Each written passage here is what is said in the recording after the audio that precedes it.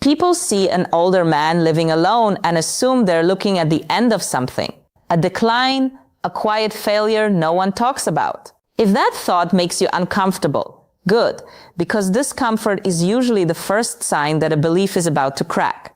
Men who stay silent know this moment well. The sideways looks, the lowered voices, the unspoken conclusion that your life must have shrunk somehow. And here's the tension most people never resolve. What if the silence they're judging is chosen not as resignation, as precision? There's a 69-year-old man named Cameron, retired, healthy, mentally sharp. One afternoon, he overheard someone say he must be miserable living alone. Cameron didn't correct them, he smiled, not politely, not defensively. The kind of smile you only wear when you no longer feel the need to explain yourself. Men who never explain themselves are often misunderstood first, but that misunderstanding hides something deeper. Something we'll come back to shortly, because living alone after 60 is rarely what it looks like from the outside. Most people believe solitude equals loneliness. That assumption feels logical until you've lived long enough to notice patterns instead of reacting to them. Older men who choose to live alone aren't running from people, they're filtering. After decades of relationships, compromises, emotional labor, and unspoken expectations, something shifts. You stop asking, who wants my time, and start asking, who deserves my energy? That question changes everything. This is the first truth most families miss, and we won't fully unpack it yet. But here's the edge of it. Loneliness isn't defined by the absence of people. It's defined by the absence of meaning. Men who've spent a lifetime managing noise eventually recognize the cost of constant company. Not every conversation nourishes. Not every presence brings peace. And when a man finally understands that, really understands it, he stops filling space just to avoid silence. Cameron once said something that doesn't sound profound until you sit with it. Silence doesn't scare me anymore. It heals me. Think about that for a moment. People who are afraid of silence rush to fill it. People who've made peace with themselves protect it. Psychology backs this up, though few talk about it honestly. Older adults who choose solitude rather than being forced into it often show greater emotional stability than those surrounded by constant stimulation, less reactivity, less anxiety, more internal regulation.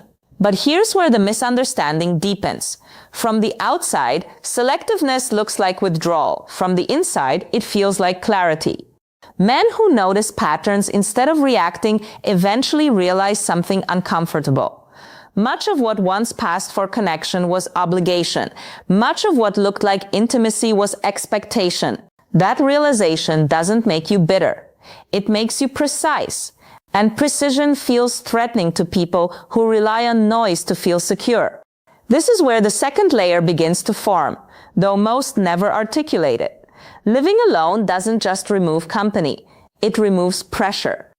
The pressure to perform, to reassure, to negotiate emotions that no longer align with who you've become. But we're not ready to go there yet. Because before we talk about emotional freedom, we have to sit with this question. One most men never ask out loud. When was the last time you were alone and felt calm instead of empty? If that question landed differently than you expected, pay attention.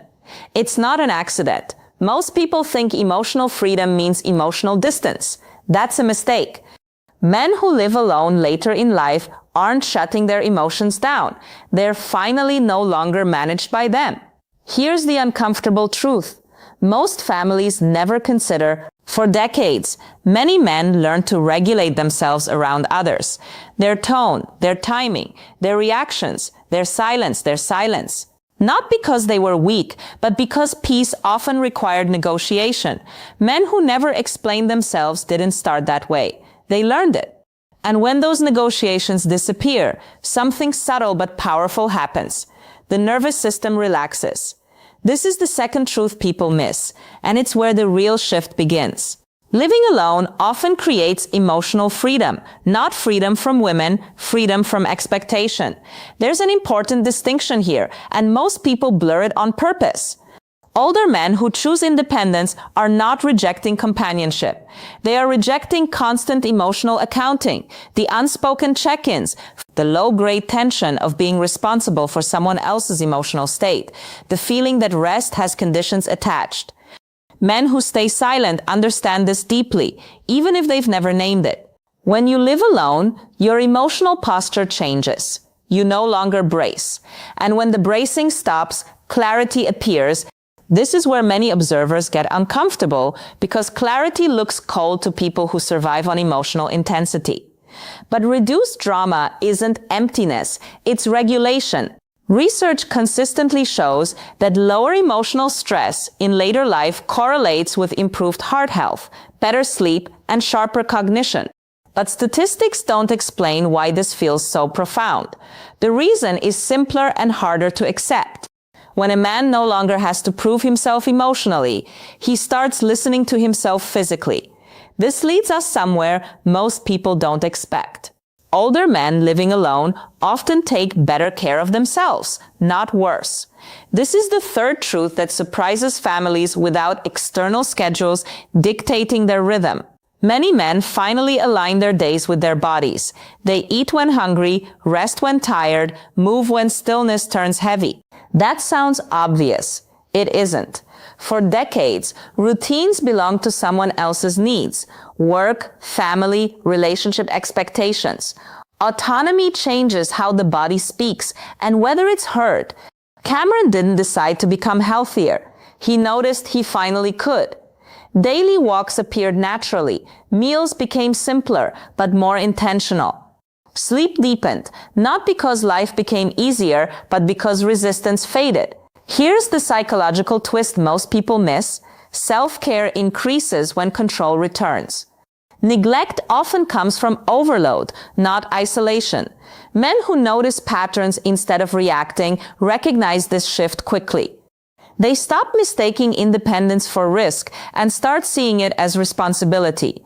But this is where the story usually gets distorted. People assume living alone means living without love. That assumption is emotionally lazy. Love doesn't disappear when romance does. It changes shape. Older men often cultivate quieter connections, friendships without performance, family bonds without tension, neighbors who show up without obligation. Some value companionship without labels. Others find meaning in service, mentoring, or community presence. Psychology is clear on this point, even if society resists it. Connection does not require cohabitation to be real. People who equate romance with emotional fullness often fear silence more than solitude, and that fear colors their judgment. Before we move further, sit with this question.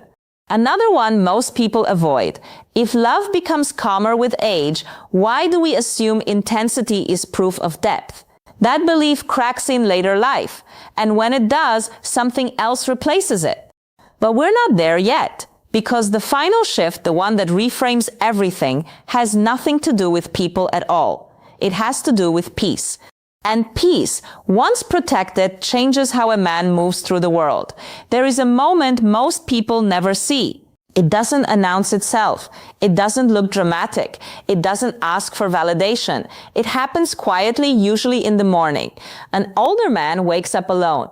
No negotiation, no emotional recalibration, no need to prepare himself for someone else's expectations.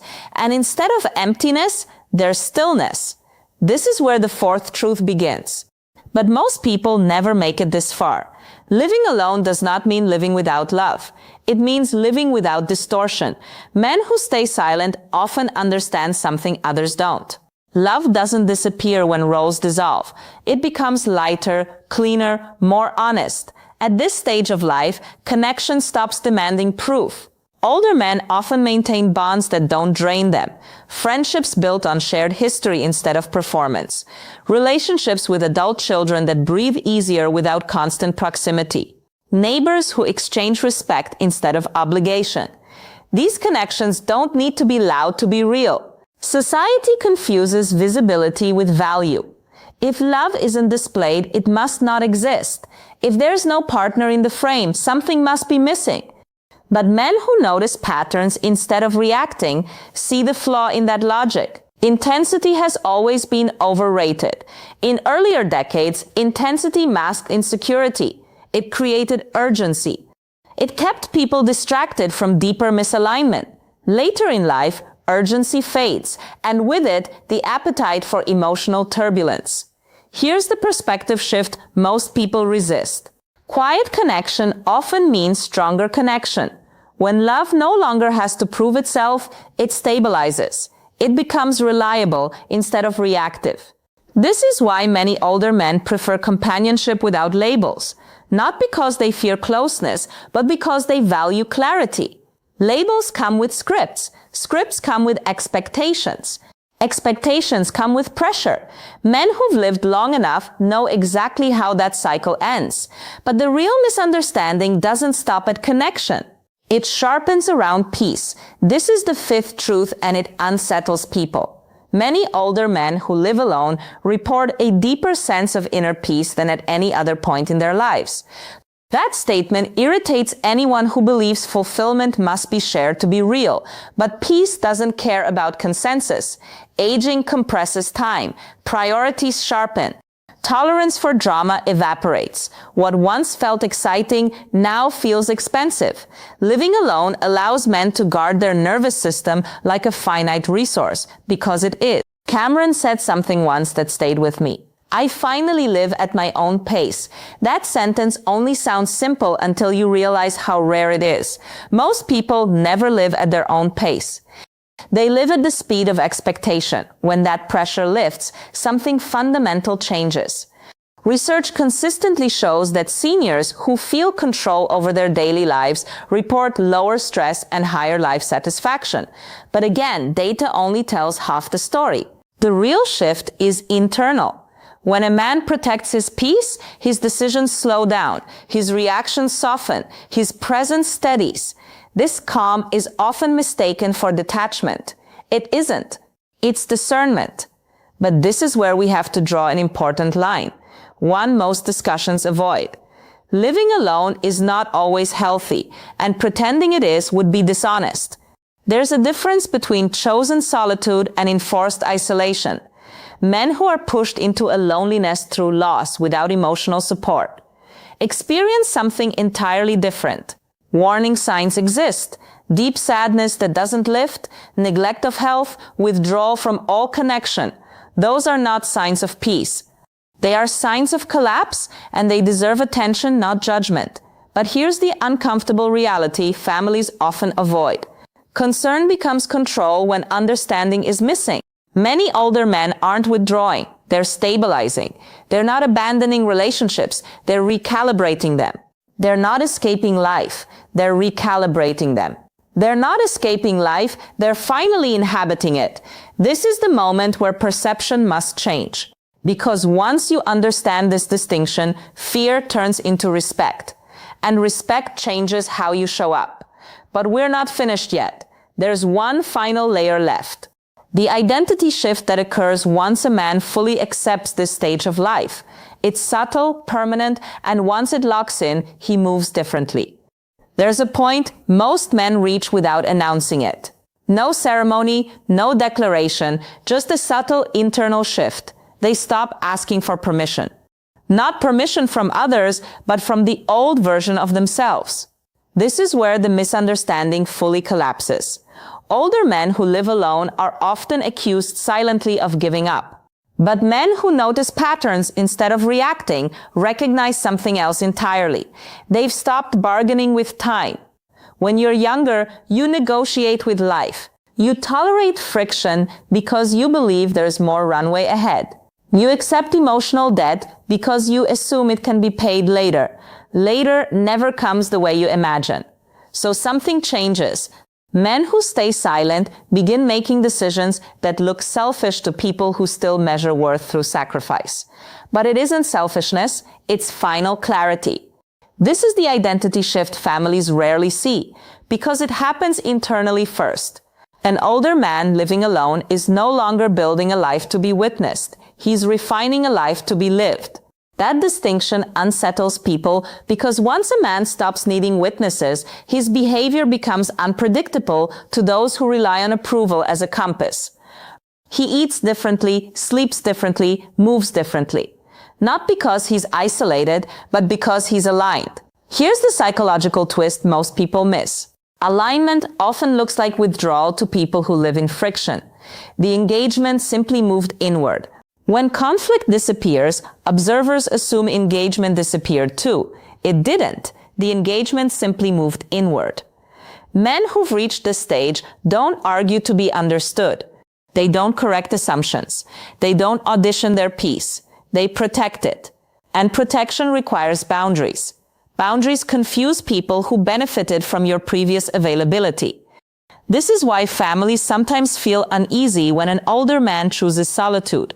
It mirrors a fear they haven't resolved in themselves if he's okay alone. What does that say about the stories we tell ourselves? This is where tension sharpens, because once a man realizes he doesn't need chaos to feel alive, he becomes harder to manipulate. Drama loses leverage. Guilt loses traction. Expectation loses authority. That doesn't make him cold. It makes him grounded. Grounded men don't rush. They don't escalate. They don't defend their choices loudly. They let results speak.